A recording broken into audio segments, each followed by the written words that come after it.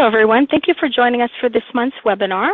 Our topic is healthy eating for diabetes, and our presenter is Crystal Henderson, and she is a health coach with Orthus Health. Crystal?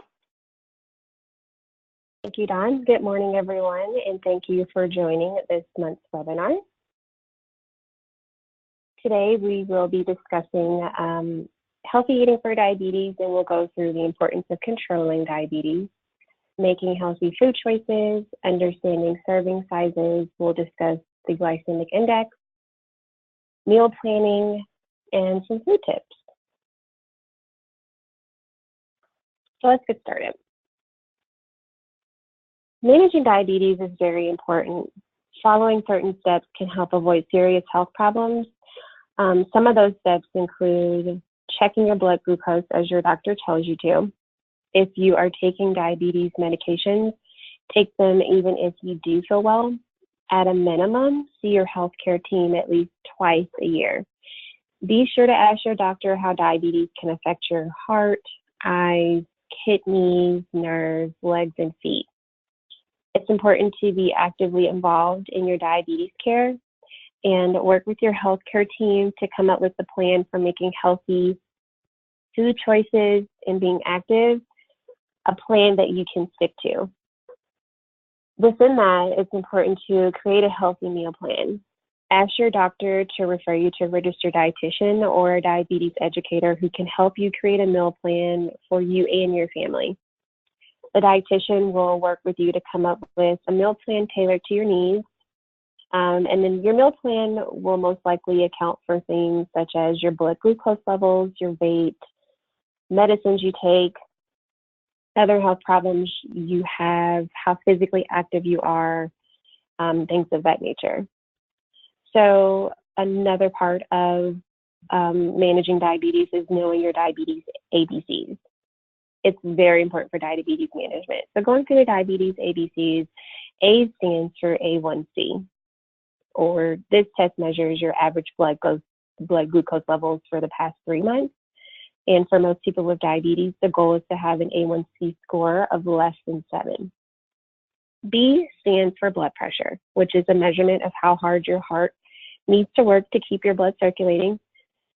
For most people with diabetes, the goal is to keep the blood pressure below 130/80. Lastly, C stands for cholesterol, and it's a fat found in your blood. For most people with diabetes, the goal is to keep your LDL cholesterol, which is your bad cholesterol, below 100, ideally, and your HDL cholesterol above 40. That's your good cholesterol. So HDL for men should be greater than 40, and for women, it should be greater than 50, ideally. Ask your doctor what you can do to reach your targets for A1C, blood pressure, and cholesterol. When we talk about making healthy food choices, oftentimes as a diabetic, you may think, what foods can I eat? When should I eat? How much can I eat? So when thinking about foods that you can eat if you have diabetes, you may worry that having diabetes means going without foods you enjoy. There's good news. You can still eat your favorite foods, but you might need to eat smaller portions or just enjoy them less often. The key to eating with diabetes is to eat a variety of healthy foods from all food groups in the amounts appropriate for you. When should I eat if I have diabetes? Some people with diabetes need to eat about the same time each day. Others can be more flexible with the timing of their meals. Depending on your diabetes medicines or type of insulin, you may need to eat the same amount of carbohydrates at the same time each day. If you take what's called mealtime insulin, your eating schedule can be more flexible. If you use certain diabetes medicines or insulin and you skip or delay a meal, your blood glucose level can drop too low. This is why it's important to just kind of ask your healthcare team when you should eat and whether you should eat before or after physical activity. Getting into how much I can eat if I have diabetes. Eating the right amount of food will also help you manage your blood glucose level and your weight. Try looking up how many calories are in what it is that you're eating and drinking on the USDA's Foodipedia. From there, discuss the amount of calories consumed with your healthcare team to ensure that you're eating the appropriate amount of calories each day.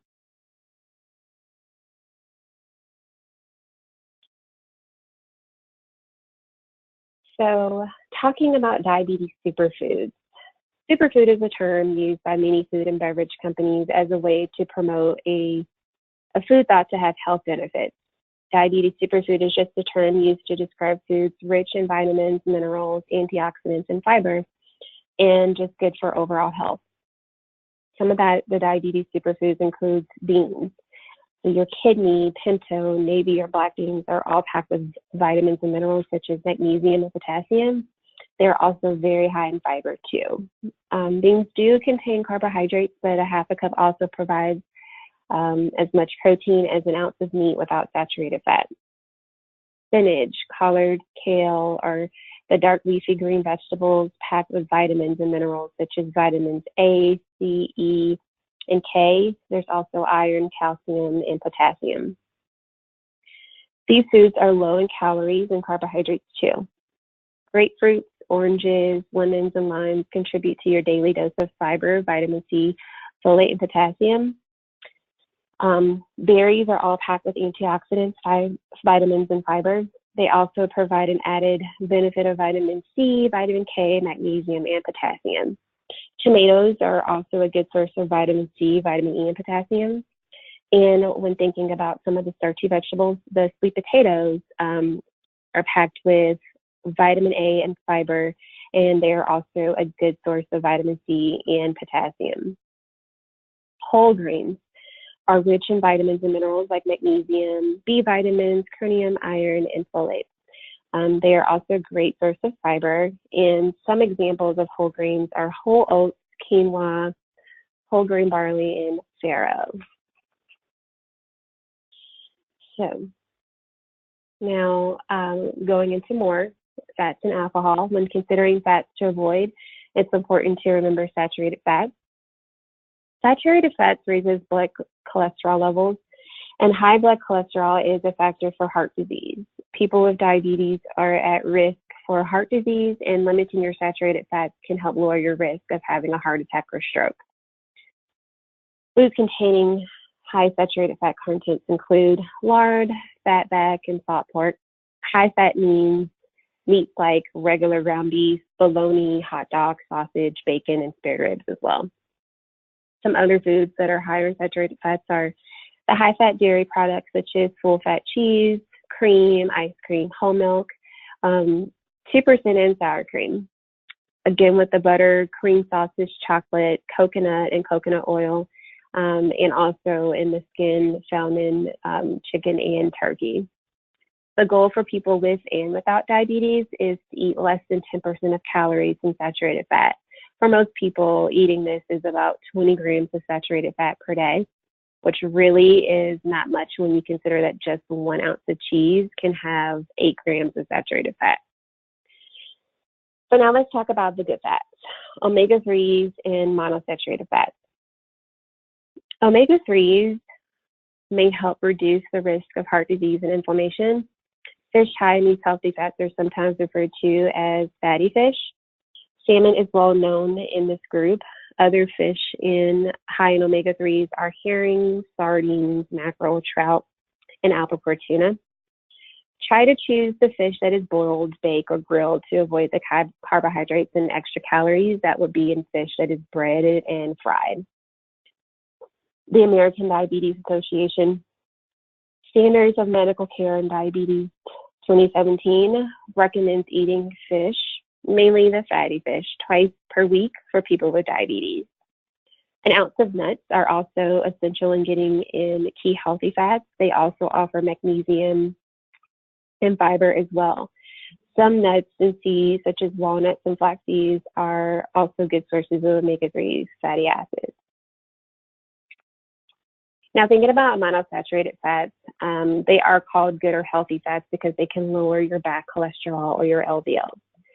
And some of the sources of the monosaturated fats include your avocado, canola oil, nuts like almonds, cashews, pecans, and peanuts, olive oil and olives, again, peanut butter, peanut oil, sesame seeds.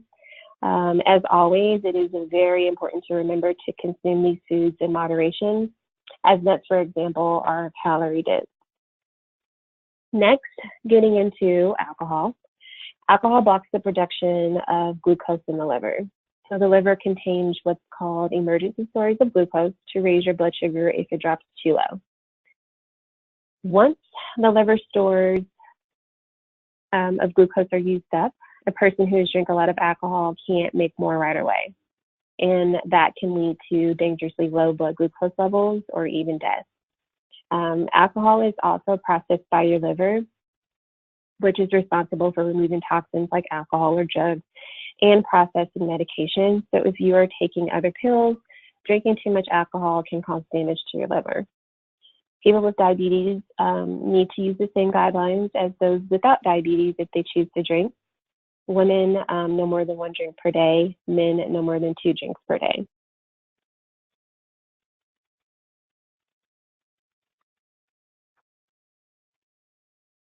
Now, getting into the non-starchy vegetables and protein. Vegetables are full of vitamins, minerals, fiber, and with so few calories and carbohydrates. If you are using canned or frozen vegetables, look for the ones that say no salt added on the label. As a general rule, frozen or canned vegetables and sauces are higher in both fat and sodium. So if using canned vegetables with sodium, drain the vegetables and rinse with water to decrease how much sodium is left on them. The minimum serving for vegetables recommended for good health is about 3 to 5 servings per day. A serving of vegetables is a half a cup of cooked vegetables, 1 cup of raw vegetables. Common non-starchy vegetables are foods such as artichoke, asparagus, beets, Brussels sprouts, broccoli, cabbage, carrots, cauliflower, cucumber, celery, and eggplants, as well as your greens. Now, protein. So let's kind of discuss some plant-based proteins. Plant-based proteins are foods that provide quality protein, healthy fats, and fibers, beans such as black, kidney, and pinto, even tofu and meat-like products, the chicken, the beef crumbles, the burgers, the bacon, sausage, and hot dogs are all examples. Fish and seafood are also really good sources of protein, as mentioned previously. Apricot tuna, herring, mackerel, rainbow trout, sardines, and salmon are all great sources. When choosing poultry as a source of the protein, choose to eat it without the skin for the less saturated fat and cholesterol. So getting into red meat, it should be limited. It's often higher in saturated fats, and processed meats like ham, bacon, and hot dogs are often higher in saturated fat and sodium. So if you do decide to have these, try to choose the leanest options, which are the beef trimmed of fat, including chuck, rib, rump roast, round, sirloin, cubed, T-bone steak, tenderloin. And when thinking about your lamb, try to do the chopped leg or roast. If you're considering veal, try to go for the loin chop or roast. And pork, try to go for the Canadian bacon, tenderloin chop, ham, and tenderloin. Now getting into dairy and fruit. So including sources of dairy in your meal plan is a great way to get calcium and high quality protein. The healthiest choices of dairy products are the fat-free or skim or low-fat 1% milk, yogurt, regular Greek yogurt, some reduced fat cheeses if you are lactose intolerant and don't like milk, you may want to try fortified soy milk, rice milk, or almond milk as a source of calcium and vitamin D. Now, fruit contains carbohydrates, so you do need to count it as part of your meal plan. Having a piece of fresh fruit or fruit salad for dessert is a great way to satisfy your sweet tooth and get in extra nutrition that you may be looking for. The best choices of fruit are the ones that are fresh. You can either have frozen or the canned, as long as it doesn't have any of the added sugars in all of them. Now, for those that may be counting their carbohydrates, A small piece of whole fruit or about half a cup of frozen or canned fruit is about 15 grams of carbohydrates. Servings for most fresh berries and melons are about 3 to 4 or 1 to 1 cup, and fruit juice can range from about a third to a half a cup for 15 grams of carbohydrates. Only 2 tablespoons of dried fruit like raisins or dried cherries contain 15 grams of carbs, so be very cautious of your portion sizes. Fruit can be eaten in exchange for other sources of carbs in your meal, such as starches, grains, or dairy.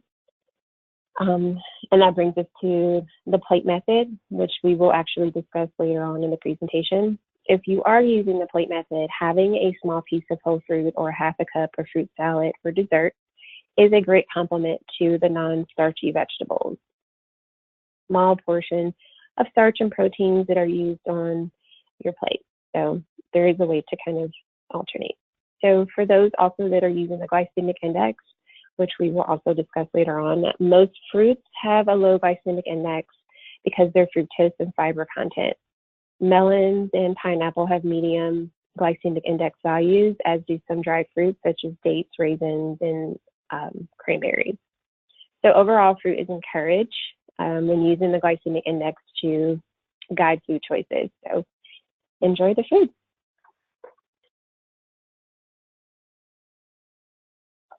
Okay, so thinking about what foods that should be are when you're thinking about diabetes: fiber and fruits and vegetables. You can eat more fiber by eating more whole grain foods, and the whole grain foods can be found in breakfast cereals made with 100% whole grains, oatmeal, whole grain rice, whole wheat bread, bagels, pita bread, and tortillas. Eat a variety of fruits and vegetables each day. Eat plenty of veggies such as dark greens, the broccoli, spinach, and Brussels sprouts. Even thinking about your orange greens, carrots, sweet potatoes, pumpkin, and winter squash. Even with your beans and peas, black beans, kidney beans, pintos, split peas, lentils, chickpeas as well. Those are all great sources. So what should I eat less of? Your high sugary foods. Eat fewer foods that are high in sugar, such as fruit flavored drinks, sodas, tea, or coffee sweetened with sugar. Try to avoid the high sodium content foods. Use less salt in cooking at the table. Eat fewer foods that are high in salt, such as your canned and packaged soups and canned vegetables, pickles and processed meats as well. And again, with your fried foods and other foods that are higher in saturated fat and trans fat, it's going to be important to try to eat less of these as well. So getting into creating your plate. As you see, this is a diagram and chart offered by choosemyplate.gov, and we'll actually go through the steps that you can take to choose your plate. So when considering your serving sizes, as referring back to the slide previously, if you would like to start by using your dinner plate, put a line down the middle of the plate. Then on one side, cut it again so you'll have 3 sections on your plate. Fill the largest section with non-starchy vegetables. In one of the small sections, add grains and starchy foods. Next, in the other small section, you want to add your protein. Then add a serving of fruit and or dairy as your meal plan allows. Choose the healthy fats in small amounts. And lastly, add a low-calorie drink like water, unsweetened tea, or coffee to complete your meal.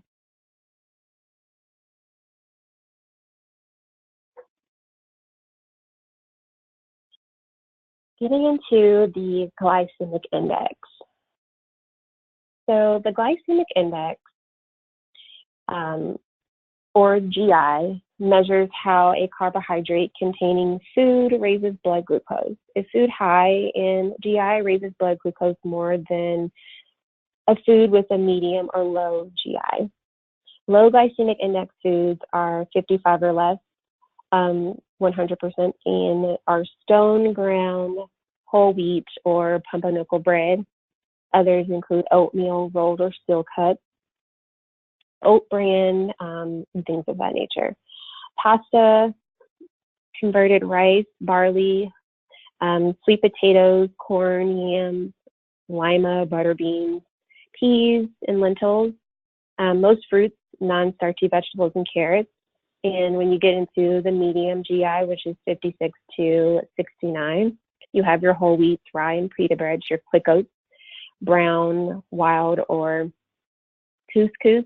Your high GI foods are 70 or more. And they include the white bread or bagel, cornflakes, puff rice, bran flakes, and your instant oatmeals, short grain rice, white rice, I should say, macaroni and cheese for mix, your russet potatoes and pumpkin, pretzels, rice cakes, popcorn, saltine crackers, and then melons and pineapple are within that too. So when you think about what affects the GI of food, fat and fiber tend to lower the GI of food. As a general rule, the more cooked or processed the food, the higher the GI. However, this is not always true. So a few examples of other factors that can actually affect the GI of food are the ripeness and storage time. The more ripe a fruit or vegetable is, the higher the GI. Processing, juice has a higher GI than whole fruit. Mashed potato has a higher GI than a whole baked potato. Stone ground whole wheat bread has a lower GI than whole wheat bread. Even with the cooking method, how long food is cooked, al dente pasta has a lower GI than soft cooked pasta. And then getting to more variety, converted long grain white rice has a lower GI than brown rice. But it's important to consider that with short grain rice, it does have a higher GI than brown rice.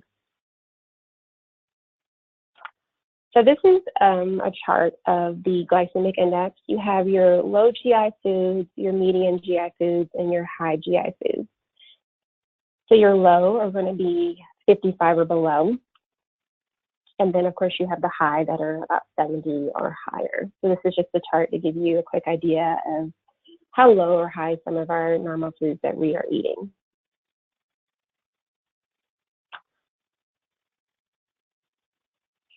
Getting into meal planning for the vegetarians, vegans, and gluten-free diets. So research on vegan diets has found that carbohydrate and calorie restrictions are not necessary and still promoted weight loss and lowered the participants' A1C. People with diabetes can choose to follow this type of vegetarian diet too. Vegan diets are naturally higher in fiber, much lower in saturated fat, and cholesterol-free when compared to the traditional American diet.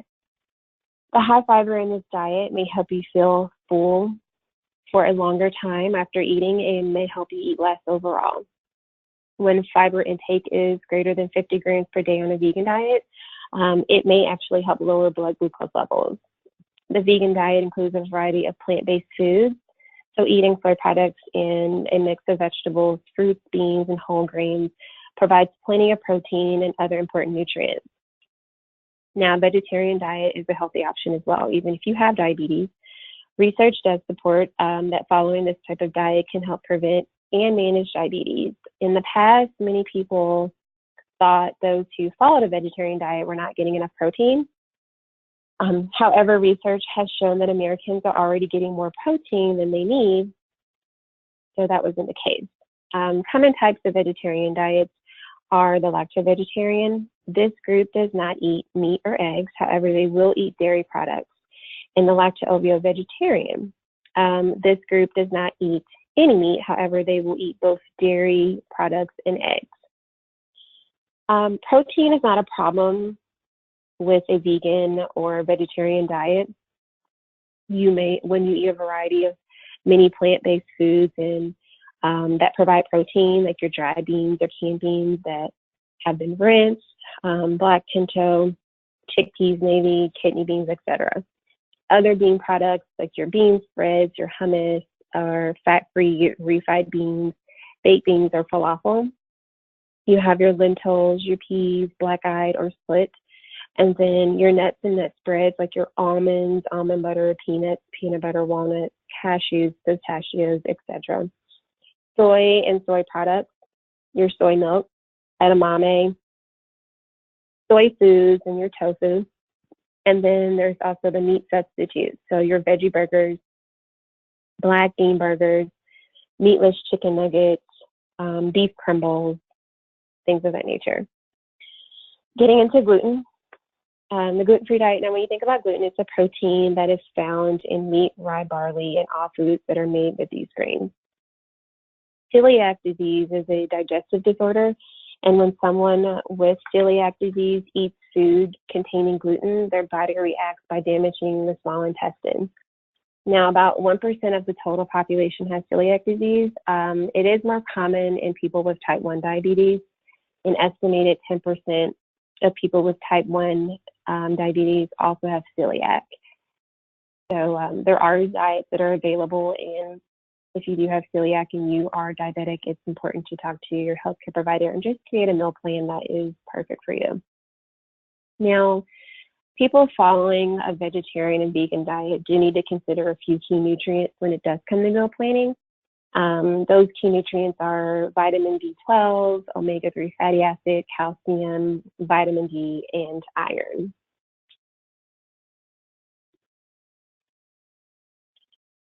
Getting into some food tips. So holiday eating, snacks, and eating out. Holidays can be a time of great anxiety for people with diabetes because it's so focused on food. So with this, just plan in advance. Many families do eat large meals at odd times during the holidays. So for Thanksgiving dinner, for example, that may be served in the middle of the afternoon. So plan in advance for how you will handle making the changes if your meal does not line up with your regular meal schedule. Have healthy and nutritious foods to snack on while you're cooking or waiting to eat. Make sure the foods you choose won't interfere with your blood glucose levels before the meal. And don't indulge on the high calorie or fried appetizers. Try to eat smaller portions, eat more vegetables, and a small amount of nuts. So when meal planning, it is very important to consider healthy snacks. Snacks can help curb hunger while adding a nutritious energy boost to your day. It can also provide more opportunity to increase your fruit and vegetable intake. So let's discuss some quick meals on the go. Let's say if you're out and you're eating, let's say for breakfast, you want to stop and have something on the way to work. Try to order, if you're ordering coffee, order a small latte made with skim milk, or for almond or soy if you choose not to have milk. And pick up a package of nuts and or a small piece of fruit to go with it. Pairing the fruit with the protein is a great way to start your day. Oatmeal is also a popular item on the breakfast menu now, so try to order it and mix it in with some fresh fruit, or sometimes they even have the small dry fruit and some nuts. Order a small fruit and yogurt parfait with a cup of coffee. That's another option for breakfast. Try an egg and cheese breakfast sandwich or wrap, and add extra veggies if possible, and maybe skip the bacon and sausage. When thinking about lunch and dinner options, try out a vegetarian option like a grilled vegetable panini or a wrap with fresh vegetables and hummus. Order a salad with the dressings on the side. Just try to be conscious of the salads that come with a lot of cheese or the fried meats. Ask for either less cheese or hold the cheese, and watch the fried onions and the meat as well. So opt for the grilled meat and fish and poultry rather than the fried, and order the smallest sandwich or portions that they have. Try to ask if they have whole wheat as an option for sandwich breads, wraps, or pitas. Sometimes you can get lettuce wraps as opposed to actually having bread in general.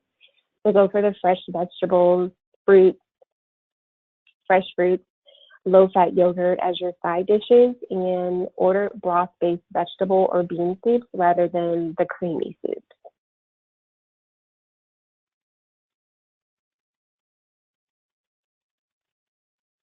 So this concludes this month's webinar. Again, contact your health coach if you have any other questions. We are here to support you, and we do appreciate you joining us for this month's webinar.